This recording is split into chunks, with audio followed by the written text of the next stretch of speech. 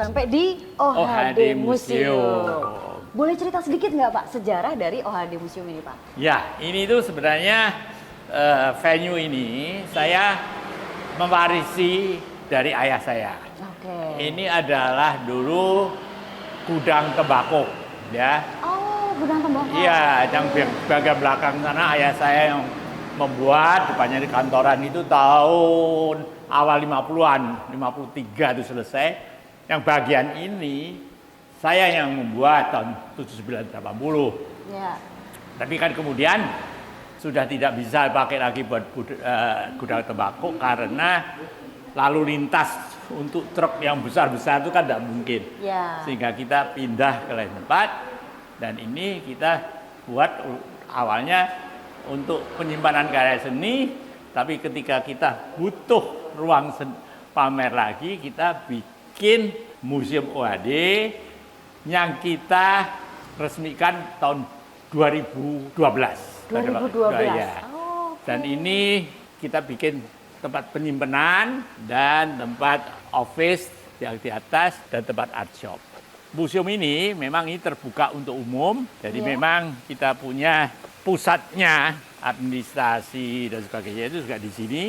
Dan pameran yang di sini adalah pameran yang rotating, yang sementara dengan kurasi tertentu dan yang dipamerkan itu bisa dari koleksi OHD, bisa juga dari seniman-senimannya atau seniman yang diundang atau bisa campuran. Seperti yang sekarang ini pamerannya ini berjudul Mata Air Bangsa dan ini adalah pameran sebenarnya tentang toleransi yang pada waktu itu dicetuskan ya berhubungan dengan situasi kita yang sedang tidak ya situasi bangsa mendekati Pilpres dan sebagainya ini. Pameran ini adalah inisiatif Gus Mus dan Buya Syafi'i. Sayangnya Buya Syafi'i tidak bisa menangi lah dalam arti sudah meninggal sebelum pameran ini terlaksana karena sebenarnya terlaksananya sudah setahun sebelumnya, tapi karena COVID-nya itu makin parah waktu kan ada Delta sehingga kita tunda. Oke, jadi ini terus berganti ya Pak setiap jadi berapa bulan sekali ya? Setiap kali pameran ini begitu ini selesai ada pameran lain. Berotasi ya, ada lagi gitu. Ada lagi. Ya. Pameran ini sebenarnya menyangkut toleransi berarti sesuai dengan pengertian ya, Bhinneka Tunggal Ika, persatuan bangsa. Dan ini pameran sebagian adalah karya-karya dari seniman yang kita undang. Ya. Dan sebagian dari koleksi kita yang memang cocok dengan tema pameran ini. Oh, berarti ada karya koleksi, ada juga karya seniman-seniman tadi ya Pak? Ya, itu seniman-seniman itu berarti karyanya masih karya mereka, kita pinjam. Kalau ini sepertinya permanen Pak yang ditarik ini Pak? Aneh yang ditarik ini kan permanennya ini ya sebenarnya tidak maksudnya permanen, tapi saking pinternya senimannya akhirnya jadi permanen. Jadi pada waktu itu tuh kita membuat pameran kelompok jendela. Kelompok jendela itu hubungannya dengan saya itu memang ada hubungan khusus. Karena ini suatu kelompok dari seniman-seniman muda yang mereka dari Sumatera Barat, yang saya sudah kenal sejak mereka itu masih mahasiswa semester pertama.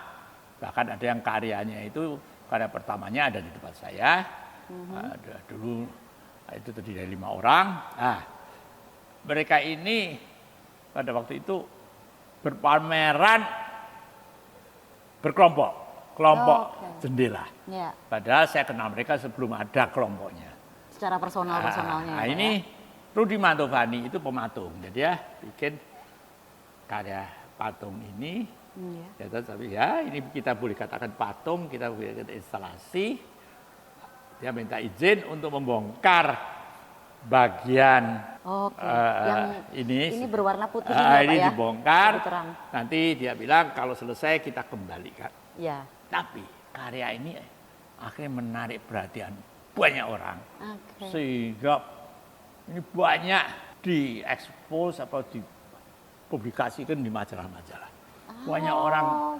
banyak orang juga bikin foto-foto.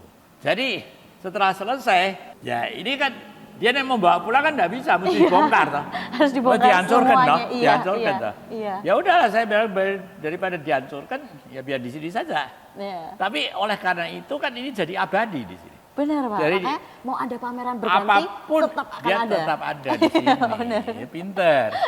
Ya pinter juga gitu loh. Ya karena menarik Pak, Menarik. dan apalagi mungkin dengan adanya rotasi pameran Iya. kan ruangan ini disikapi oleh seniman yang lain Dari pun seniman dengan cara yang berbeda. seniman yang merespons. Iya. Jadi tidak pernah bisa dihilangkan kok. Ya toh, tidak akan bisa dibongkar. Ya dibongkar kan sayang. Kalau boleh tahu Pak, dari museum yang sebesar ini, akhirnya kebutuhan SDM yang diperlukan atau manpower yang diperlukan itu seperti apa Pak untuk Memang saat mengawalinya? kita ini beruntungnya kita tuh di Magelang. Ya, Cost of living cost itu murah. ya, Ya. ya. Jauh lebih murah dari Jakarta. Ya. Nah, dan kita memang selama ini kan subsidi kan. Ini kan suatu museum itu dimanapun losing project kan. Ya. Jadi kita juga karena kita tetap ini mau eksis ya kita juga mengurusnya supaya seirit mungkin. Jadi sebenarnya mesti ada, tapi tidak terlalu banyak. Kecuali kalau kita ada event tertentu yang rame ya oke lah kita bisa merekrut tambahan tenaga. Ya. Karena kalau pada saat opening seramai apapun itu free ya Pak ya? Opening ya? free, selalu free. Ya. Tidak hanya free, kita mesediakan konsumsi Semuanya semuanya ya, komplit itu ya. free. Kemudian selalu full gitu kan. Tapi oke lah.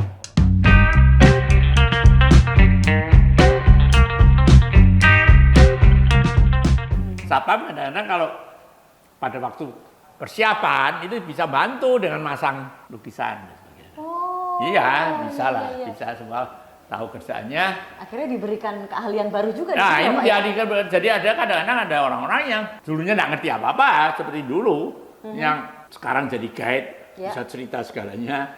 Dulu dia ini malah orang bangunan, bantu bangunan, ada ini ke gangguan ini, tapi karena ada interestnya, ya dan selalu dengarkan saya kok saya guiding, gitu ya, dan selalu baca juga, gitu ya, akhirnya jadi tahu.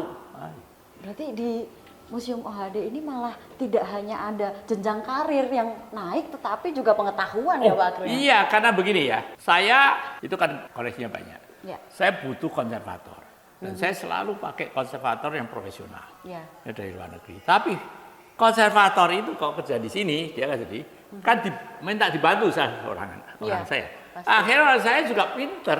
Jadi kadang bersihin saja atau apa bisa sendiri.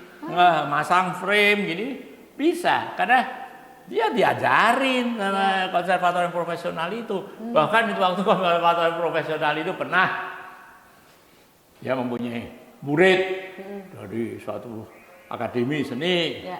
ya yang magang ini Ya. gini. Nah, dia bilang orang saya lebih pinter kok.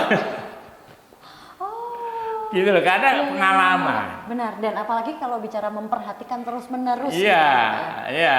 Jadi dia tahu persis. Oh ini gitu.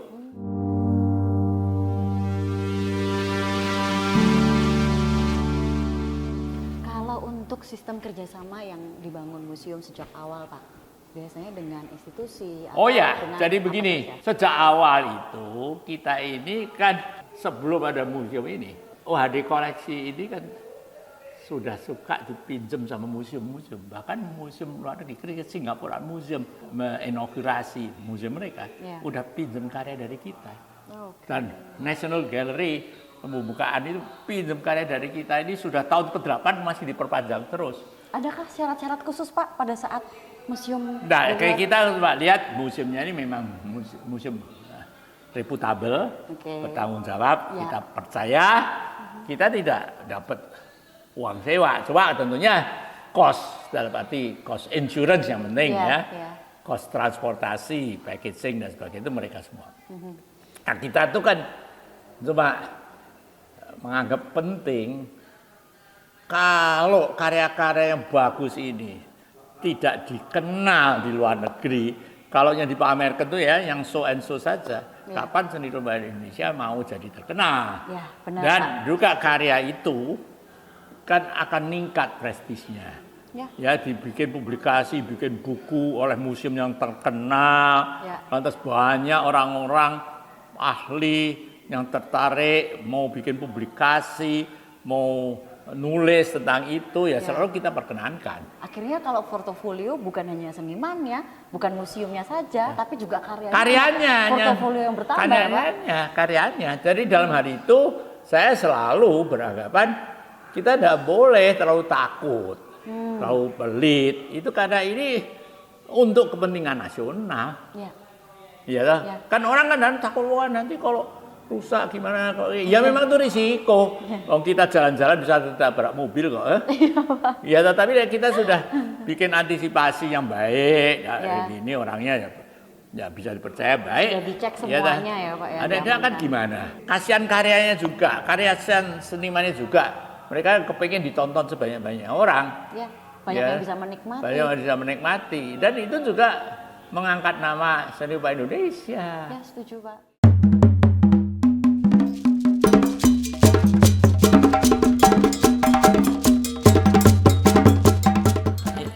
Ini ada juga kan video art loh. Nah, video art ada juga. Ini dari seniman Galang Zulkifli yang dia menyelidiki tentang bahasa daerah. Dia menemukan 400 lebih, bahkan lebih banyak daripada yang terregistrasi di Depdikbud. Dan ini mereka ngomongnya itu ya orang-orang sana, pakaian seperti sana. Wah, ini very educational, sangat mendidik pengetahuan yang bagus. Ya, apalagi kalau terkait bahasa, kurang dari berapa ribu penutur memang akan punah, Pak. Iya, punah. Ya. Bagus.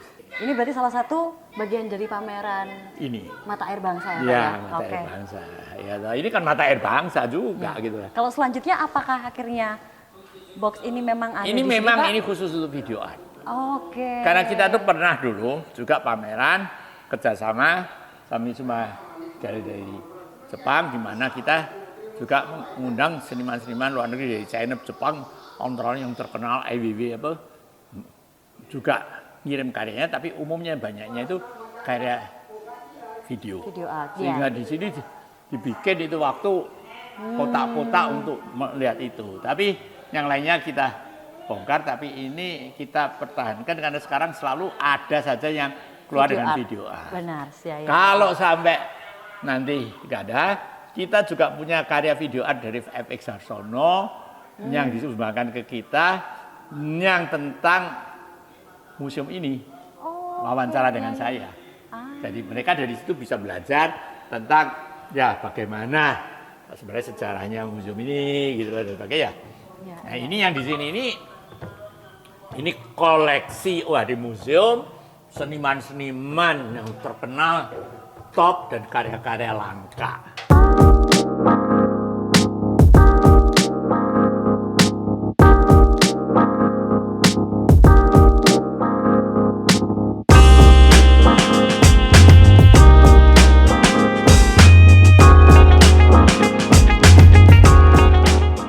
Ini karya-karya lama, seniman-seniman top, dan karya-karyanya juga top dan langka dari koleksi kita yang kita ikut sertakan karena temanya memang cocok. Nah, ini seperti ini kelihatannya kan seperti tidak ada nilainya, kertas lama, ya bahkan sudah ada ini bolongin itu. Tapi ini karya Hendra tahun 47, langka sekali.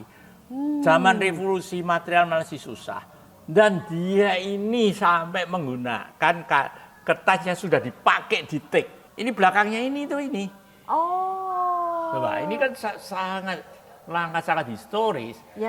Dan ini karya-karya seperti ini, saya tuh punya banyak itu di situ. Itu kalau nggak saya selamatkan, punah.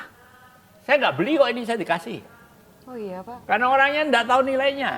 Ya mungkin saya tuh kenal sama dealer yang dia suka jual. Ya. Dia tuh nemu ini banyak orang. Ini mau dibuang, buat saya. Tapi saya untuk membenahi. Saya kirim ke Milan, bahkan saya bawa sendiri ke Eropa pada waktu itu. Oh, kondisinya waktu itu berarti tidak semenyenangkan ini. Ya bedanya kan, ini ada yang sobek, benahin semua.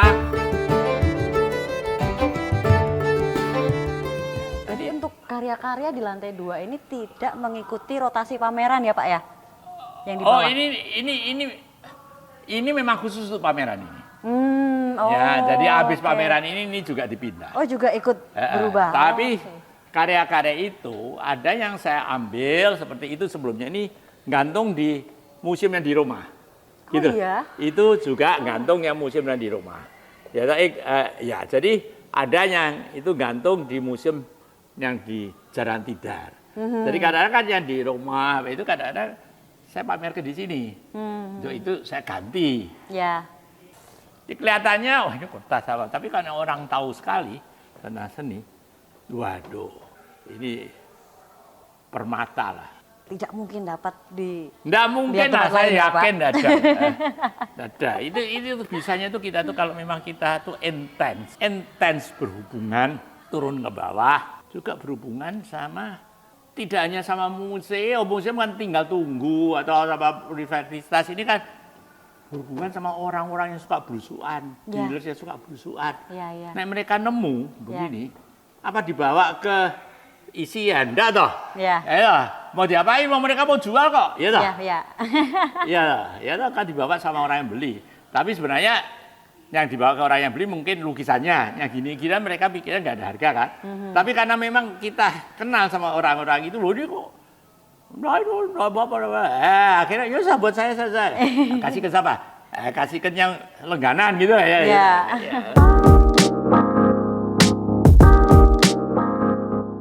Mungkin juga kalau sahabat latar ini belum tahu, mungkin bisa dibilang bahwa rekor pembuka pameran paling sering itu bisa diberikan kepada Pak Oyo mungkin ya. jelas karena gini loh. Masalahnya nek di luar negeri itu kadang-kadang ada bukaan pameran kok. Ya jadi kalau saya pegang rekor Indonesia, Ya. boleh dikatakan sama dengan pegang rekor dunia. Wah, di luar negeri kan ada pembukaan kok gitu. Mau kota manapun ya Pak ya. Nah, ya seperti ini. Ini kan zaman Jepang, orang di internet Jepang dianiaya itu mau dapat di mana lukisan kayak gitu. Untuk beberapa karya yang memang sudah menghabiskan istilahnya waktu yang cukup panjang atau Ya. beberapa dekade yang lampau gitu Pak. Apa yang dilakukan akhirnya dari sistem OHD Museum untuk memeriksa kembali Pak? Apakah ini secara karya benar dan lain sebagainya Pak? Oh ya ini kan begini, ini kan di sini itu kontrol dari umum. Ini yang datang ke sini kan orang top-top dari seluruh dunia dari mana-mana. Ya. Ya toh, dan ini sudah dipublikasikan banyak kan. Nah, dari dipublikasikan jadi semua orang tahu lah. Ya toh, ya memang kadang-kadang ada karya yang untuk pertama kali dipamerkan orang karena tidak pernah lihat. Ya. Tidak pernah lihat kan bisa saja. Oh bener nggak ini kok gayanya lain. Doubtful, ragu dan sebagainya. Ya. Tapi akhirnya nanti kan tergantung dari karya itu. Ya kadang-kadang memang susah. Kadang-kadang orang kita ini tidak mempunyai peralatan yang memadai, Ya. keahliannya tidak ada. Untuk mengatakan pasti begini, pasti begitu itu kan susah. Apalagi dalam waktu yang cukup Iya, pendek itu ya, kan Pak ya? susah. Ya akhirnya nanti ya kita tunggu saja waktu yang akan membuktikan. Kita pasang aja, kan reaksi orang kan banyak. Coba dari yang datang itu, kalau hampir semuanya itu, walaupun tidak tahu senimannya siapa, Iya. kagum itu pasti karya bagus loh. Iya. Pasti karya bagus loh. Iya. Ini karya bagus mau diapain lagi, gitu. Apa mau disingkirkan? Karya bagus loh. Karena orang kan bilang ini nggak benar, tapi nggak bisa buktikan gitu loh. Iya. Itu kan sekedar omong pendapat, opinionnya. Opinionnya semua orang boleh opinion. Iya.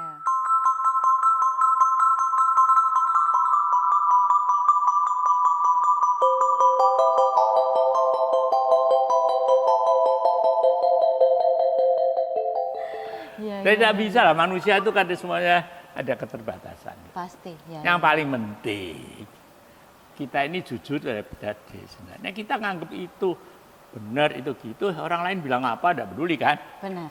Ya toh. Ya. Tapi sebaliknya saya itu pernah punya Raden Saleh beli dari Keraton, mau dibeli orang 10 kali lipat saya tidak boleh, saya pikir benar.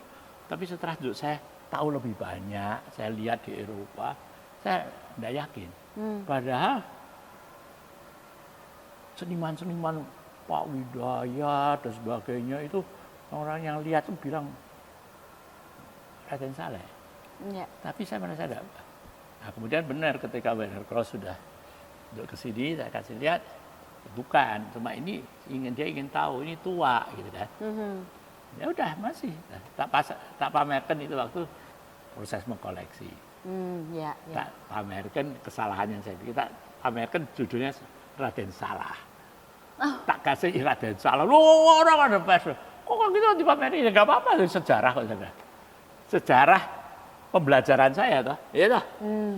Oke. Ya sejarah pembelajaran saya bahwa kita ini ya pernah bikin salah, tidak pernah bikin salah ya kita belum kolektor. Ya, akhirnya pun dari hal itu kadang memang jadi lebih detail, lebih berhati-hati Iya, dan sebagainya. lebih, Pak, ya? itu kan pelajaran. Nah, pedenya kalau mau berdebat tentang itu, seringkali itu juga ada vested interest. Saingan. Itu sudah tidak bisa diragukan. Saingan lagi, bisnis. Iya. Yang ini mau jualan ginian, yang ini jatuh ke yang itu. Iya dah. Sering terjadi itu, Lantas Pak. iri, itu Nah, Pak Wade, dari obrolan kita yang panjang dari kediaman tadi, Pak, banyak pengetahuan sekali yang saya dapat. Nah, saya dengar nih, Pak, katanya mau bikin buku autobiografi. Iya. Mungkin bisa sedikit diceritakan ke sahabat Latar. Ya sebenarnya kan begini. Untuk biografi ini kan sudah banyak yang anjurkan kepada saya. Sudah bertahun-tahun, belasan tahun yang lalu karena mereka itu menganggap saya ini wah ceritanya menarik gitu kan. Dan itu harus dibukukan. Sebenarnya beberapa cerita itu sudah saya masukkan karena kadang-kadang kan saya nulis juga, saya sisipkan. Tapi kan tidak keseluruhan, tidak menurut aturan tertentu dan sebagainya. Nah, saya selalu bilang waktunya saya tidak ada. Mereka itu bahkan ada yang dari luar, nawar diri, pakai ghostwriter. Dia bilang gitu, nganu apa? Itu presiden itu nulis sendiri, itu orang-orang terkenal itu apa nulis sendiri pakai ghostwriter. Saya juga mau loh jadi ghostwriter kamu. Cuma saya tuh pikir, ghostwriter itu kan bisa-bisa nanti salah interpretasi. Apalagi orang jauh tempatnya. Kan kadang-kadang kita mendadak ada ide, ingat ini. Nah, tidak langsung kita catat, atau ya bisa lupa lagi. Bisa hilang, iya. Ya toh. Jadi, waduh saya kok tidak begitu sreg. Sampai ketika awalnya COVID aja belum, karena awalnya COVID itu saya masih membenahi lukisan, membenahi buku, membenahi foto, membenahi semuanya. Ya. Tapi bahasa Delta itu, wah sendirian tidak berani pergi. Ngetik. Saya coba menulisnya di komputer. Wah, panjang akhirnya. Akhirnya tapi kan, ini sekarang sudah COVID hampir hilang, jadi pelan lagi. Tapi ya, saya sudah dapat lumayan lah, hampir 130.000 kata, halaman ya sudah 400, 500 mungkin. Wah, penasaran nih Pak. Kapan berarti Pak kira-kira? Ya mudah-mudahan, mudah-mudahan, karena ini kan ya sudah ada editornya, kan editornya juga mengerjakannya pelan-pelan dan saya juga belum selesai.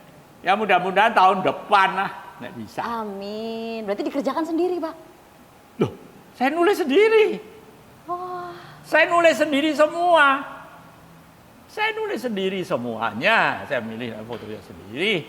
Coba ini sekarang saya kirimkan ke teman saya yang kepengen juga, dia seneng sekali habis baca itu, kepengen dia yang akan mengedit. Jadi setiap kali yang sudah lalu saya kirim, dia edit. Edit balik saya baca lagi. Kadang-kadang saya perbaiki lagi. Kadang-kadang saya ada kelingan ini yang belum masuk, ya tak masuk lagi gitu.